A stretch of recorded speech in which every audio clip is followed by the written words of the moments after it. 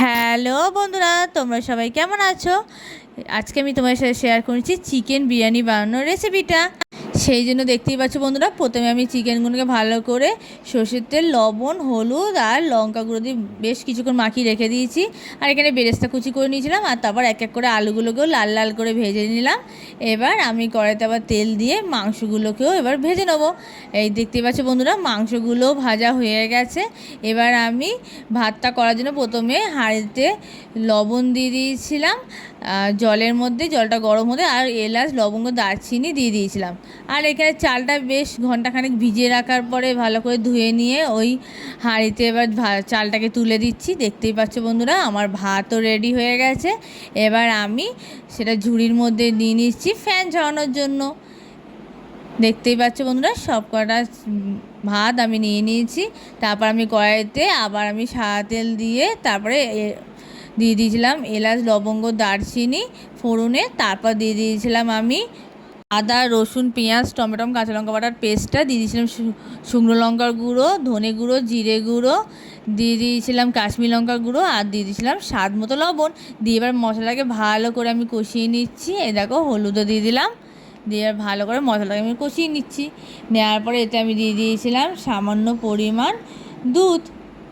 তারপরে এই যে দিয়ে দিলাম আমি একটু বিরিয়ানি মশলা। তারপরে চিকেনটাকে দিয়ে এবার আমি কষিয়ে নিতে নিতে একটু হালকা গরম জল দিয়ে দিয়েছিলাম ওর মধ্যে, দিয়ে এবার ভালো করে কষিয়ে নিলাম। নেওয়ার পরে এই যে প্রথমে চিকেনের ঝোলটা একটু তুলে নিয়ে ওতে আমি পরিমাণ মতো আতর জল, কেওড়া জল আর তোমার হচ্ছে গোলাপ জল মিশিয়ে নিলাম। দেখতেই পাচ্ছ বন্ধুরা। তারপরে এতে দিয়ে দিলাম একটু সামান্য পরিমাণ দুধ। এবার এই যে হাঁড়িতে প্রথমে আমি দিয়ে দিয়েছিলাম ভেজে রাখা আলু, তারপর ওই যে মিশ্রণটা দিয়ে দিলাম ঝোলের, তারপর দিয়ে দিয়েছিলাম চিকেন, আর তারপর দিয়ে দিলাম ভাত, তারপর দিয়ে দিলাম বেরেস্তা কুচি। দেখতেই পাচ্ছ বন্ধুরা, তারপর দিয়ে দিচ্ছি বিরিয়ানি মশলা।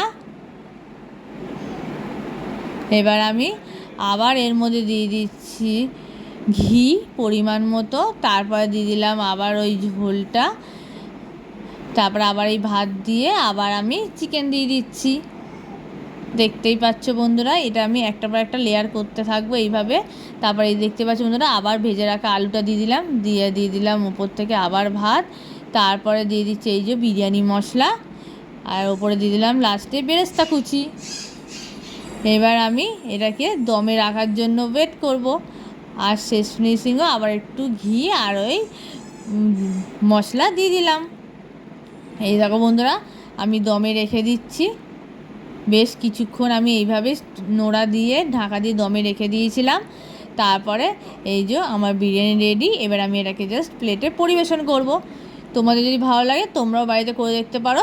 চলো বন্ধুরা, বাই বাই, টাটা, আবার পরের ভিডিও।